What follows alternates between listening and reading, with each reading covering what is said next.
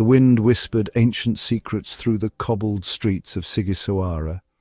It was here, within the formidable walls of this Transylvanian citadel, that Vlad II was born. The year was uncertain, lost to the mists of time, perhaps around 1395. His father was Mircea the Elder, a great voivode of Wallachia, a man renowned for his battles against the encroaching Ottoman Empire. The blood of rulers flowed in young Vlad's veins, a legacy of power, conflict, and the constant struggle for survival. He was born into a world teetering on the edge of a knife, where alliances shifted like sand dunes and loyalty was a currency easily spent.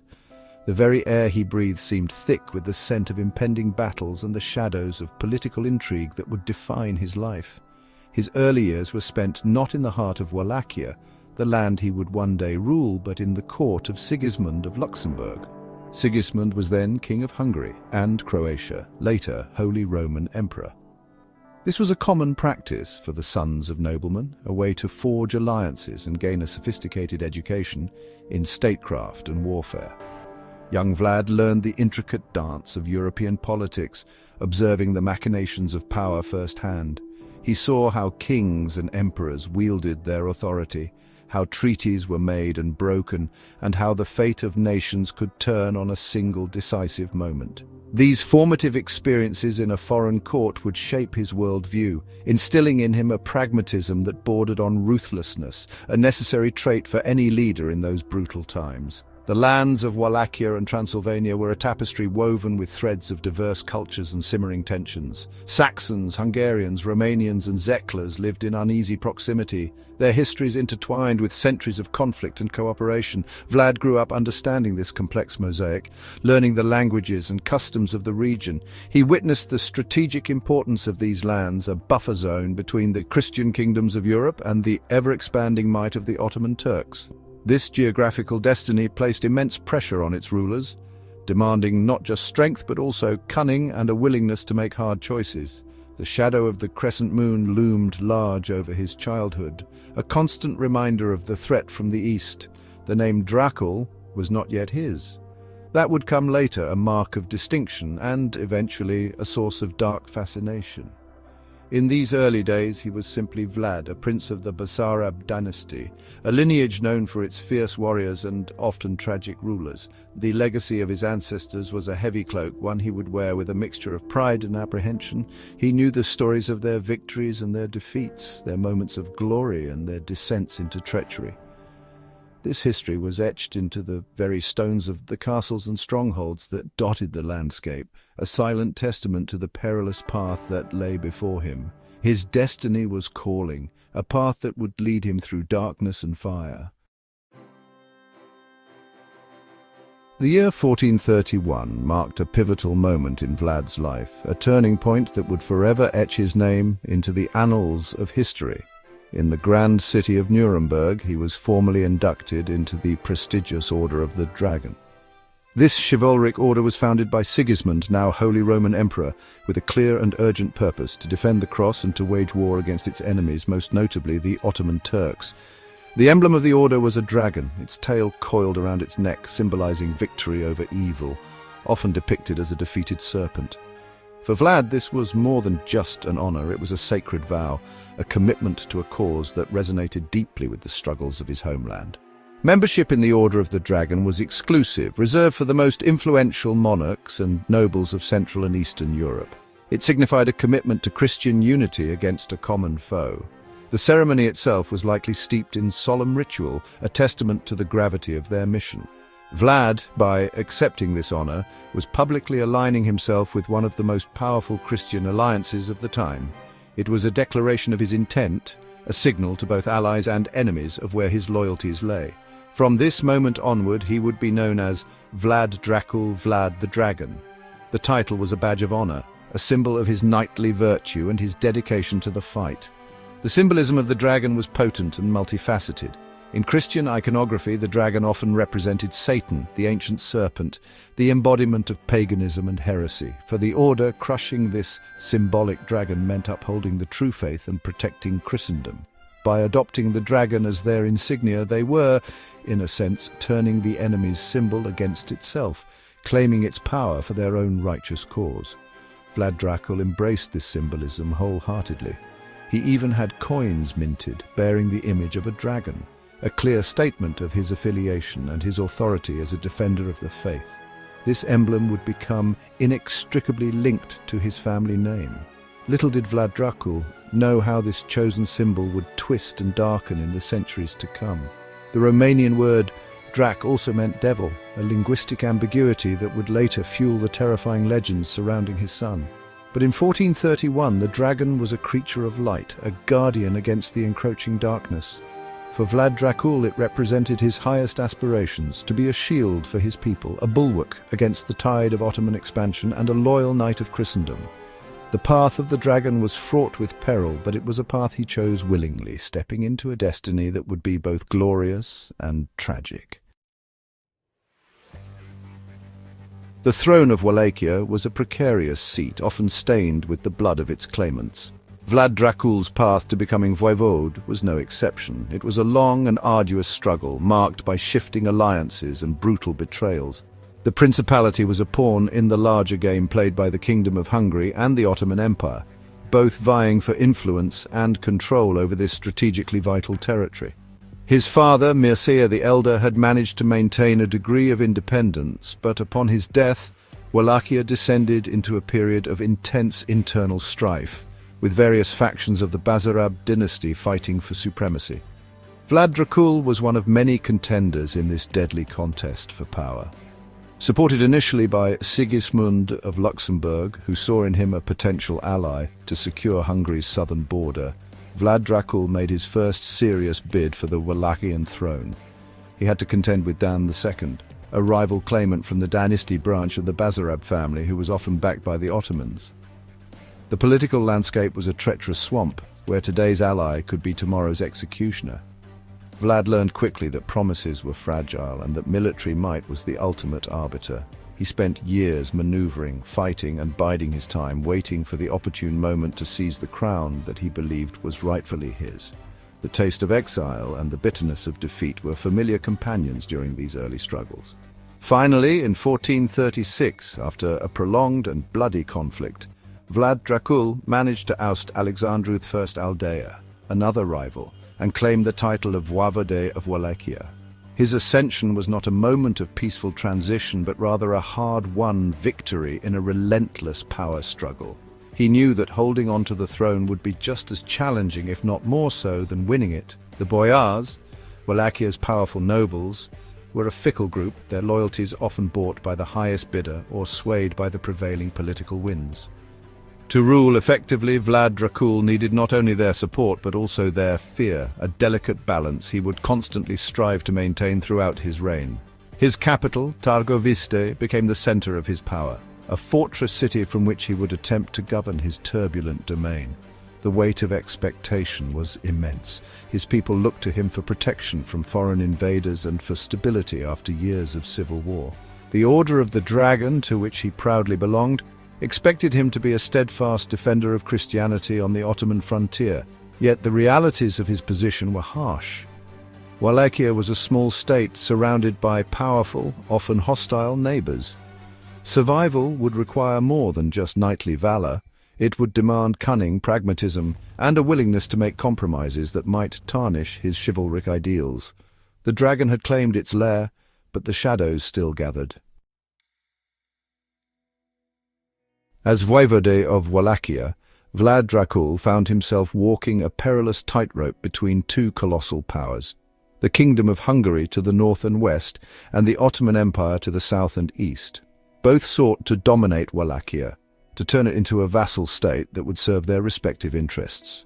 Hungary under King Sigismund and later John Hunyadi expected Vlad to act as a loyal buffer, a Christian bulwark against Ottoman expansion into Europe.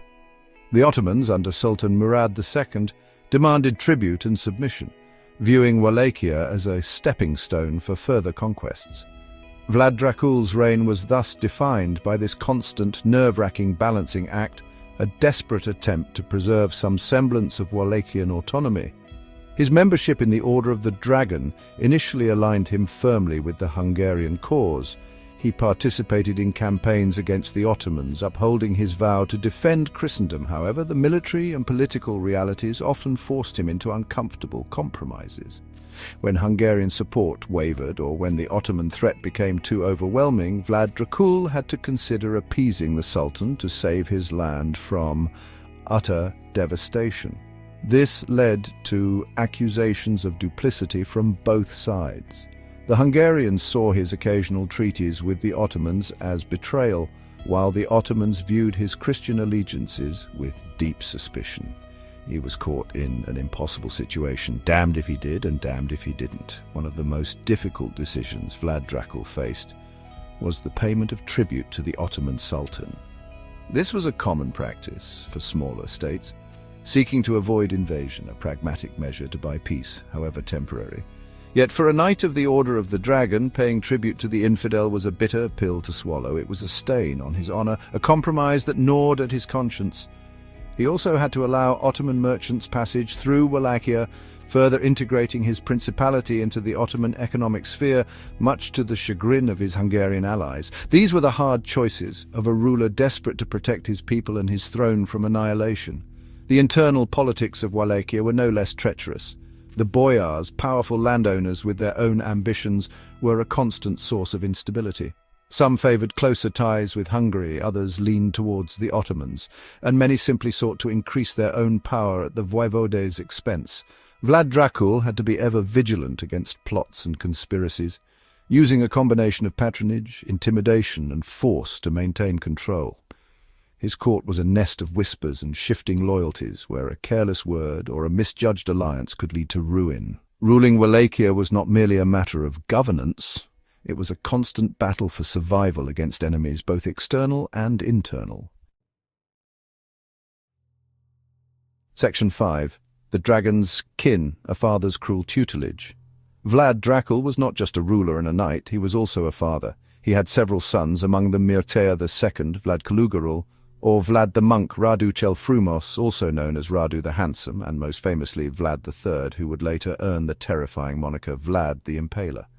The upbringing of these young princes was intrinsically linked to the turbulent political climate of Wallachia. They were not shielded from the harsh realities of their father's world. Indeed, they were immersed in it from a very young age.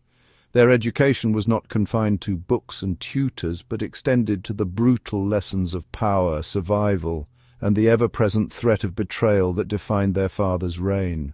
The relationship between Vlad Dracul and his sons, particularly Vlad III, was undoubtedly complex and formative. Young Vlad would have witnessed his father's struggles, his moments of triumph, and his desperate compromises. He would have seen the constant pressure from the Ottomans and the Hungarians, the fickleness of the boyars, and the ever-present danger of assassination or deposition. These early experiences likely instilled in him a deep understanding of the precarious nature of power and the ruthlessness required to hold on to it. His father's court was a school of hard knocks, where a prince learned that trust was a luxury few could afford and that mercy was often seen as weakness. There are tales, though perhaps embellished by time, suggesting that Vlad Dracul himself was not averse to using harsh methods to maintain order. In a land rife with rebellion and treachery, stern justice was often the only language understood. Young Vlad III may have observed these displays of authority, learning that fear could be a potent tool of governance. The constant warfare and political instability meant that the princes were exposed to violence and its consequences from their earliest years. They would have heard stories of battles, sieges, and executions, images that surely left an indelible mark on their impressionable minds, shaping their own future approaches to leadership and conflict. The legacy Vlad Dracul intended to leave his sons was one of a strong, independent Wallachia, defended by valiant Christian knights. However, the reality of his reign was one of constant compromise and struggle. He taught them about the Order of the Dragon, about their duty to defend their land and their faith. But he also inadvertently taught them about the darker arts of politics, the necessity of shifting allegiances, the utility of deception, and the brutal calculus of survival. These were lessons that Vlad the Impaler, in particular, would absorb and later apply with a chilling efficiency that would horrify and fascinate generations to come. The father's shadow loomed large over the son, a complex inheritance of duty and darkness. Section 6. Hostages to the Sultan, a bitter bargain. In 1442, Vlad Dracul faced an agonizing choice, one that would have profound consequences for his family and for the future of Wallachia. Summoned by Sultan Murad II to Gallipoli, ostensibly for diplomatic discussions, he found himself in a precarious position. The Sultan demanded a greater show of loyalty, suspecting Dracul of colluding with Hungary in preparation for a new crusade. To prove his fealty and secure his own release from what was effectively a polite imprisonment, Vlad Dracul was compelled to make a heartbreaking concession. He agreed to leave two of his young sons, Vlad III and Radu, as hostages at the Ottoman court. This was a common Ottoman practice to ensure the compliance of vassal rulers. For young Vlad, then perhaps around 11 or 12 years old, and his younger brother Radu, this was a traumatic uprooting.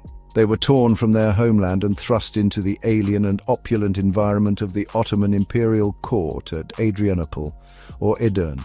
While treated with a degree of respect befitting their princely status, they were nonetheless captives.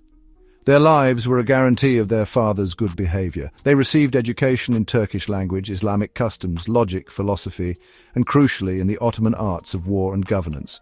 This period was a crucible that would forge their characters in vastly different ways, shaping their destinies. The years spent as hostages were formative for both brothers. Radu, known for his striking looks, adapted more readily to Ottoman life, eventually becoming a favorite of Sultan Murad II's son, the future Mehmed II, the conqueror of Constantinople. He embraced Ottoman culture and even converted to Islam, rising to prominence within the Ottoman military and administration. Vlad III, however, had a vastly different experience. He harbored a deep resentment for his captivity and for the Ottomans, a bitterness that festered over the years. He witnessed firsthand the power and at times the cruelty of the Ottoman state, lessons that he would never forget. This period likely fueled his later animosity and his infamous brutality towards his enemies. For Vlad Dracul, the decision to leave his sons as hostages was a desperate gamble. He hoped it would secure peace for Wallachia and allow him to navigate the treacherous waters between Hungary and the Ottomans. However, it also placed an immense emotional burden upon him and sowed the seeds of future conflict. The separation from his sons and the knowledge of their vulnerability must have weighed heavily on him. While he managed to retain his throne for a time, the price was steep. The experience irrevocably shaped his sons. One became a collaborator with the Ottomans, the other their most implacable and feared enemy. The dragon had sacrificed his own whelps to the very power he was sworn to fight. Section 7. The Dance of Diplomacy and Deceit. Vlad Dracul's reign continued to be a perilous exercise in diplomacy, a constant shifting of allegiances dictated by the brutal realities of 15th-century geopolitics. After securing his release from the Ottomans by leaving his sons as hostages, he attempted to maintain a delicate balance. He paid tribute to the Sultan, yet he also tried to discreetly support Christian efforts against Ottoman expansion, particularly when John Hunyadi, the powerful voivode of Transylvania and regent governor of Hungary, launched his campaigns. This duplicitous strategy, born out of necessity, earned him distrust from all sides. He was a man caught between a rock and a hard place, trying to steer Wallachia through a storm of conflicting interests.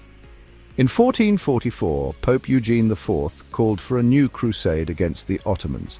John Hunyadi assembled a large Christian army, and Vlad Dracul, despite his obligations to the Sultan, was pressured to contribute. He provided a contingent of Wallachian troops, but significantly did not lead them himself, perhaps fearing Ottoman reprisals or doubting the crusade's chances of success. He did, however, allow the crusading army passage through Wallachia. His son, Mircea II, older than Vlad III and Radu, did join Hunyadi's forces. This period highlighted the immense pressure Vlad Dracul was under, trying to appease his Christian allies while not overtly defying the powerful Ottoman Empire, which held his younger sons captive. The Crusade of Varna in November 1444 ended in a catastrophic defeat for the Christian forces.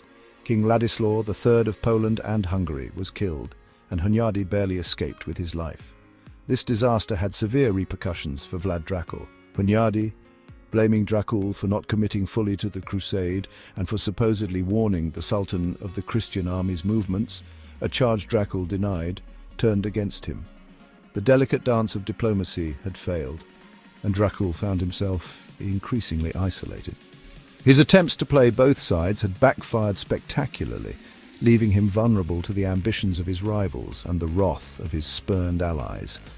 The political climate in Wallachia itself remained volatile.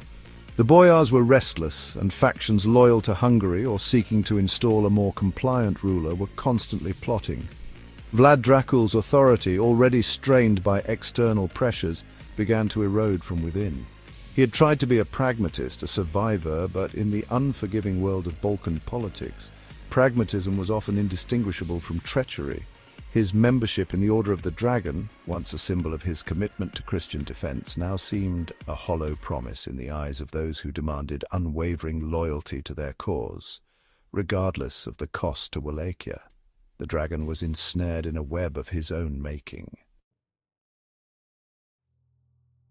Section 8. Betrayal in the Marshes, a Bloody End. The aftermath of the Varna Crusade saw John Hunyadi consolidate his power in Hungary and seek retribution against those he deemed responsible for the defeat. Vlad Dracul was high on his list.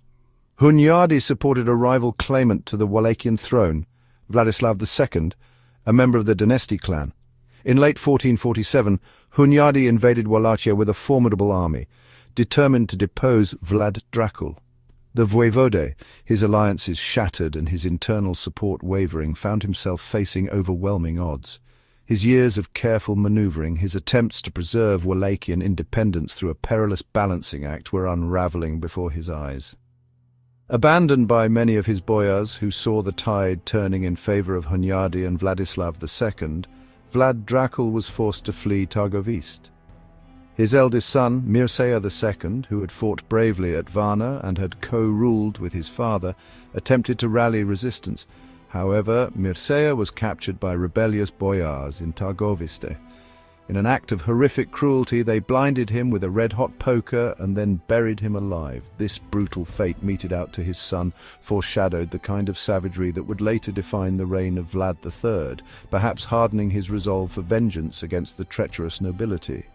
The exact circumstances of Vlad Dracul's own death are shrouded in some mystery, but it is generally accepted that he was assassinated in December 1447 near the village of Baltani, amidst the marshy terrain where he had sought refuge.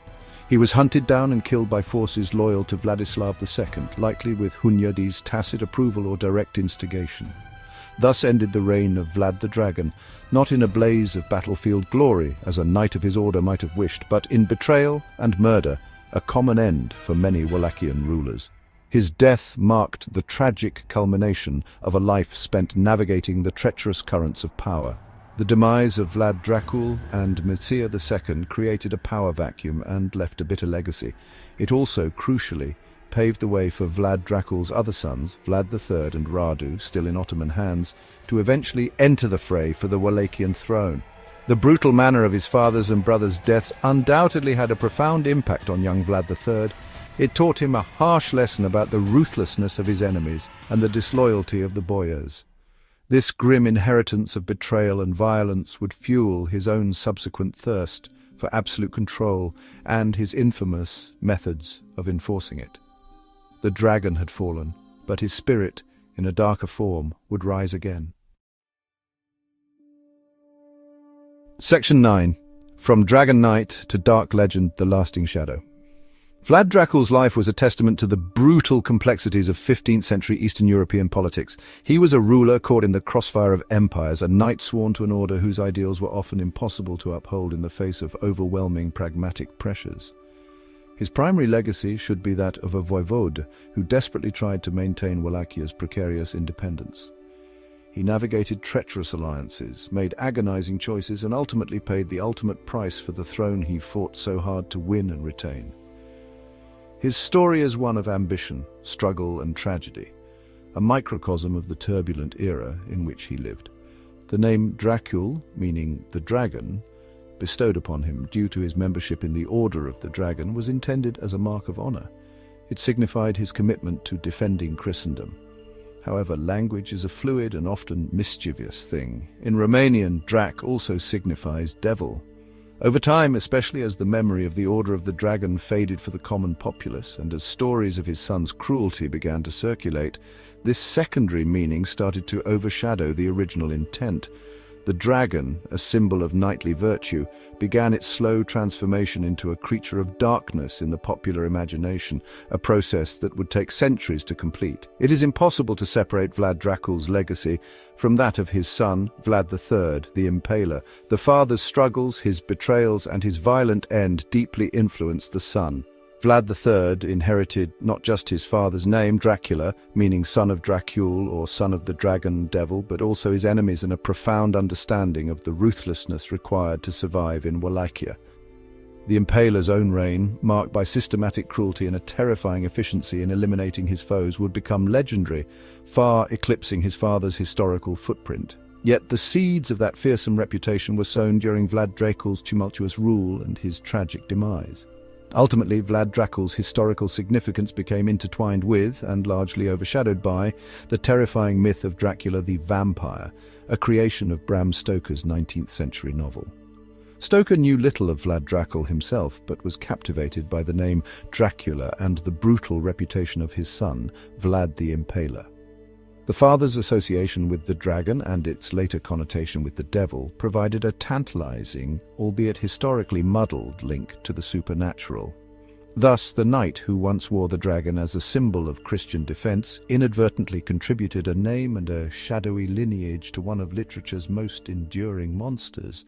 The dragon's shadow, long and distorted, stretches even into our modern nightmares.